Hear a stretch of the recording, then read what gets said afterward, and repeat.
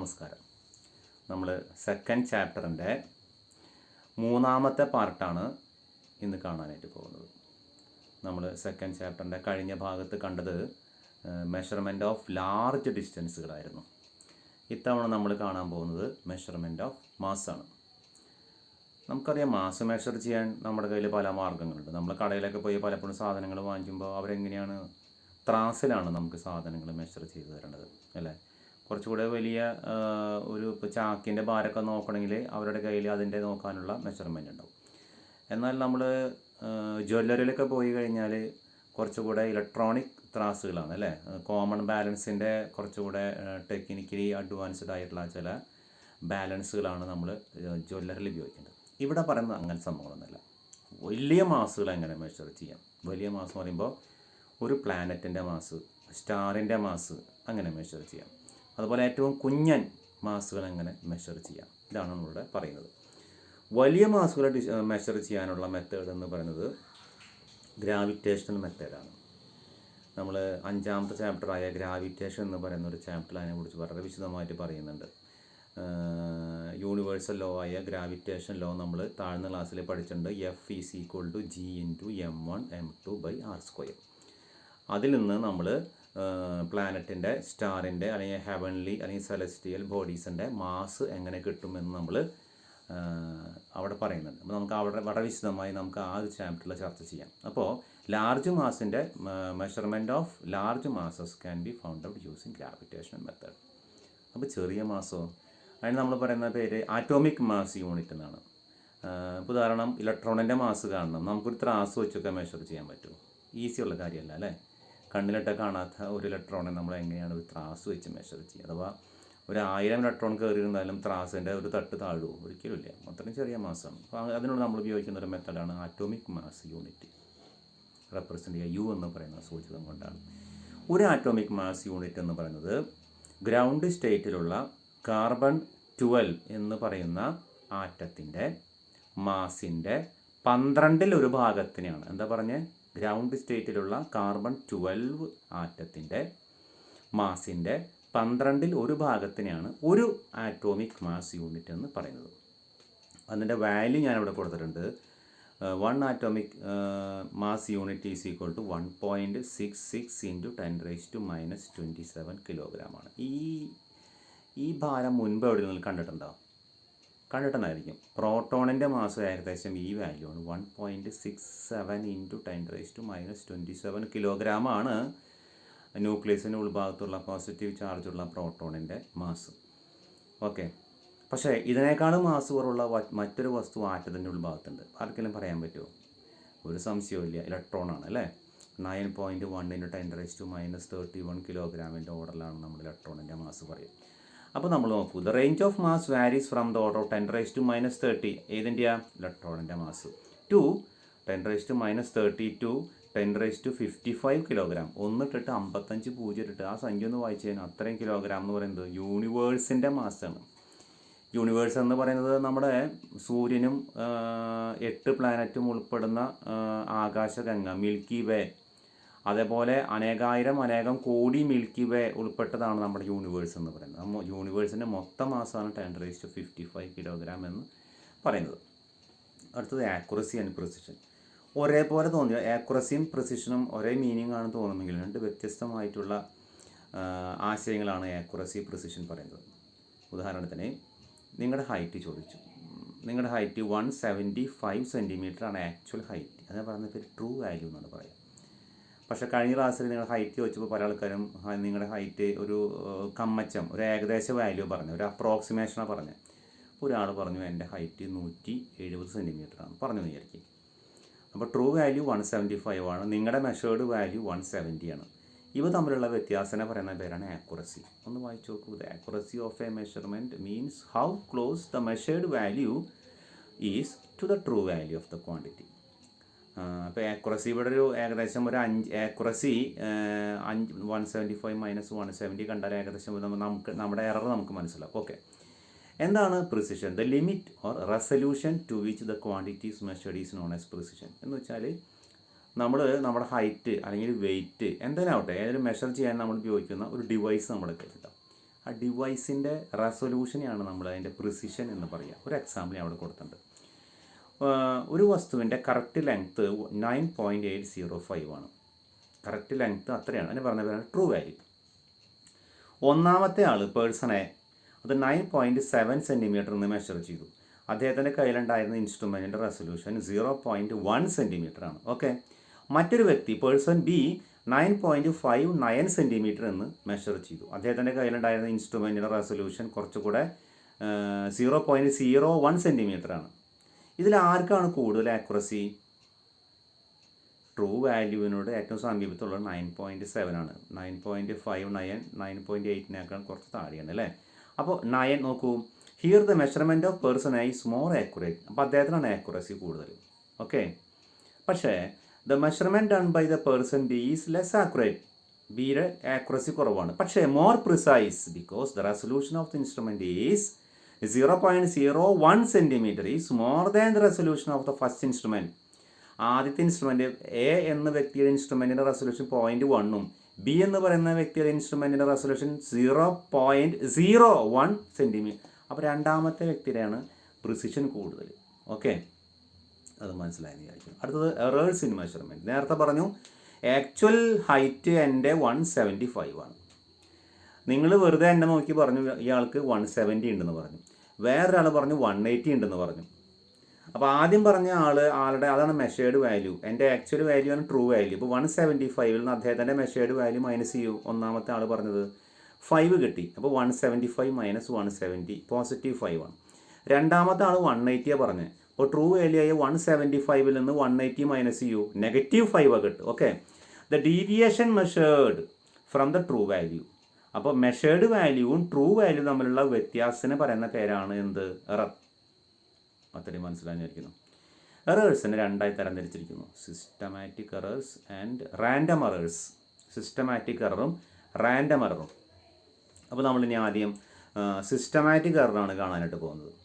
The errors which tends to occur in one direction, either positive or negative. ഇവിടെ negative എന്ന് വായിച്ചേക്കണേ, type ചെയ്തപ്പോൾ തെറ്റിയത്, കുറച്ച് പ്രിൻറ്റിങ് മിസ്റ്റേക്ക് ഉണ്ട്. അപ്പോൾ എന്താണ് സിസ്റ്റമാറ്റിക് എറർ എന്ന് പറയുന്നത്? നേരത്തെ ആദ്യം പറഞ്ഞ വ്യക്തിയുടെ +5 ആയിരുന്നു അദ്ദേഹത്തിൻ്റെ എറർ. രണ്ടാമത്തെ വ്യക്തിക്കോ നെഗറ്റീവാണ്. അപ്പോൾ പോസിറ്റീവ് ആവാം നെഗറ്റീവ് ആവാം. പക്ഷേ tend to occur in one direction. ഒരേ സമയം ഒരാൾക്ക് പോസിറ്റീവ് നെഗറ്റീവ് എറർസ് വരും? ഒരിക്കലും ഇല്ല. ഏതിലൊന്നേ സംഭവിക്കുള്ളൂ, വൺ ഡിറക്ഷൻ സംഭവിക്കുള്ളൂ. Some of the sources of systematic errors. Systematic errors സംഭവിക്കാൻ സാധ്യതയുള്ള മേഖല 3ആയി തരംതിരിച്ചിരിക്കുന്നു. ഒന്ന് ഇൻസ്ട്രുമെൻ്റൽ എറർ. ആദ്യത്തെ 3 ഭാഗമുണ്ട്. അതിൽ ആദ്യത്തെയാണ് സിസ്റ്റമാറ്റിക് എററിന് 3 ഭാഗമായിട്ട് മുറിച്ചിരിക്കുന്നു. അതിൽ ആദ്യത്തെ ഭാഗമാണ് ഇൻസ്ട്രുമെൻ്റൽ എറർ എന്ന് പറയുന്നത്. എന്താണ് ഇൻസ്ട്രുമെൻ്റൽ എറർ എന്ന് പറയുന്നത്?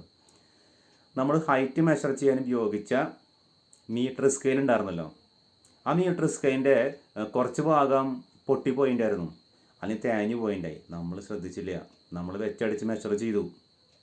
അപ്പോൾ ഇൻസ്ട്രുമെൻറ്റിൻ്റെ മിസ്റ്റേക്ക് കൊണ്ട് വാല്യൂവിലുണ്ടാവുന്ന മിസ്റ്റേക്കിനെ എററിനെ പറയുന്ന പേരാണ് instrumental error. Okay. These errors occur due to the inbuilt defect of the measuring instrument. അതിനെ പറയുന്ന പേരാണ് ഇൻസ്ട്രുമെൻ്റൽ എറർ. നോക്കൂ, example: wearing of the metre scale at one end. ഒരു ഭാഗം തേഞ്ഞു പോയിണ്ടായിരുന്നു, നമ്മൾ ശ്രദ്ധിച്ചില്ല, നമ്മൾ മെഷർ ചെയ്തു. അപ്പോൾ 14 സെൻറ്റിമീറ്റർ നമുക്ക് ലെങ്ത്ത് കിട്ടി. പക്ഷേ 2 സെൻറ്റിമീറ്റർ ഭാഗം തേഞ്ഞു പോയിണ്ടായിരുന്നു. അപ്പോൾ ആക്ച്വൽ ലെങ്ത്ത് എത്രയാണ്? 12 കാണാൻ പാടുള്ളൂ, നമുക്ക് 14 കിട്ടി. തെറ്റിപ്പോയില്ലേ? ഇത്തരം എറേഴ്സിനെ പറയുന്ന പേരാണ് ഇൻസ്ട്രുമെൻ്റൽ എറർ. രണ്ടാമത്തെ ഇംപെർഫെക്റ്റ് ഇൻ എക്സ്പെരിമെൻ്റൽ ടെക്നിക്ക്. നമ്മളൊരു എക്സ്പെരിമെൻറ്റ് ലാബിൽ ചെയ്യുമ്പോഴായാലും ലാബിന് പുറത്ത് ചെയ്യുമ്പോഴായാലും ചില കണ്ടീഷൻസ് ഒബേ ചെയ്യാറുണ്ട്. ഉദാഹരണം ഓംസ് ലോ. ജോർജ് സൈമൺ ഓം എന്ന് പറയുന്ന വ്യക്തി, അദ്ദേഹം വോൾട്ടേജും കറണ്ടും തമ്മിലുള്ള റിലേഷൻ പറഞ്ഞപ്പോഴേ അവിടെ ഒരു കോൺസ്റ്റൻറ്റിൻ്റെ കാര്യം പരാമർശിക്കുന്നുണ്ടായി. ടെമ്പറേച്ചർ കോൺസ്റ്റൻ്റ് ആയിരിക്കുന്ന സമയത്ത് മാത്രമേ വോൾട്ടേജ് കറണ്ടിന് ആനുപാതികം ആവുള്ളൂ അത്രേ. ടെമ്പറേച്ചറിൽ മാറ്റം വന്നാൽ വോൾട്ടേജും കറണ്ട് ആനുപാതികം ആവില്ല, അത് ഓംസ് ലോ ഒബേ ചെയ്യാനർത്ഥം. അപ്പോൾ ഞാനൊരു കറണ്ട് മെഷർ ചെയ്യുന്ന ഒരു എക്സ്പെരിമെൻറ്റിൽ ഏർപ്പെട്ടിരിക്കുകയായിരുന്നു. രാവിലെ 10 മണിക്ക് ആരംഭിച്ചു. 10 മണിക്ക് ആരംഭിക്കുമ്പോൾ റൂം ടെമ്പറേച്ചർ 27 ഡിഗ്രി സെൽഷ്യസ് ആയിരുന്നു. എൻ്റെ പരീക്ഷണം അവസാനിച്ചത് 12 മണിക്കാണ്. അപ്പോഴത്തെ ടെമ്പറേച്ചർ 31 ഡിഗ്രി സെൽഷ്യസ് ആയി. അത് എൻ്റെ ശ്രദ്ധയിൽപ്പെട്ടില്ല. അപ്പോൾ ഞാൻ ആ കറണ്ടിൻ്റെ വാല്യൂ കണ്ടുപിടിച്ചപ്പോൾ അത് ആക്യുറസി ഉണ്ടാവുമോ? അവിടെ എറർ ഉണ്ടാവും. അങ്ങനെ എക്സ്പെരിമെൻ്റ് ടെക്നിക്ക് മുഖേന ഉണ്ടാകുന്ന ആക്യുറസീനെ കുറവിനെ പറയുന്ന പേരാണ് ഇംപെർഫെക്ഷൻ ഇൻ എക്സ്പെരിമെൻ്റൽ ടെക്നിക്ക്. മൂന്നാമത്തെ പേഴ്സണൽ എറർ. നോക്കുന്ന വ്യക്തിയുടെ കെയർലെസ്നെസ്. അഥവാ അദ്ദേഹത്തിൻ്റെ സൂക്ഷ്മക്കുറവ്. ഇത് മുഖേന ഉണ്ടാകുന്ന എറേഴ്സിന് പറയുന്ന പേരാണ് പേഴ്സണൽ എറർ. ഉദാഹരണത്തിന് എന്താ പറയുക, നല്ല പ്രകാശം വേണ്ട സ്ഥലത്ത് ചെയ്യേണ്ട ഒരു എക്സ്പെരിമെൻറ്റ് ഞാൻ പ്രകാശം കുറഞ്ഞ സമയത്ത് ചെയ്തു.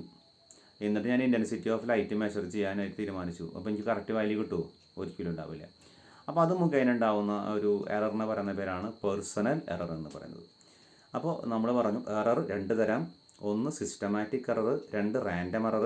സിസ്റ്റമാറ്റിക് എററിന് 3 സോഴ്സസ് പറഞ്ഞു കഴിഞ്ഞു. ഇനി നമ്മൾ പറയാൻ പോകുന്നത് റാൻഡം എററാണ്. ഇപ്പോൾ രണ്ടാമത്തെ എററായ റാൻഡം എററാണ് നമ്മളിനി പറയാനായിട്ട് പോകുന്നത്. നമ്മൾ സിസ്റ്റമാറ്റിക് എറേഴ്സ് ഒന്നുമില്ലാണ്ടിരിക്കാൻ ആത്മാർത്ഥമായിട്ട് പരിശ്രമിച്ചു. നല്ല പ്രിസിഷനുള്ള ആക്യുറസിയുള്ള ഇൻസ്ട്രുമെൻ്റ് ഉപയോഗിച്ചു. നമ്മുടെ ചെയ്യുന്ന സമയത്തെ കണ്ടീഷൻസിൽ ഒന്നും മാറ്റം വരാണ്ടിരിക്കാൻ, രണ്ടാമത് എറർ ഒഴിവാക്കാൻ നമ്മൾ ആത്മാർത്ഥമായി പരിശ്രമിച്ചു. ഇൻഡിവിജ്വൽ കെയർലെസ്നെസ് ഒഴിവാക്കി. അങ്ങനെ നമ്മൾ ഒരു മെഷർമെൻ്റ് എടുക്കാൻ പോവാണ്. ഇപ്പം ഞാൻ തന്നെ ഉദാഹരണത്തിന് ഞാനിപ്പോൾ ഈ വീഡിയോ റെക്കോർഡ് ചെയ്യുന്നത് രാത്രി സമയത്താണ്.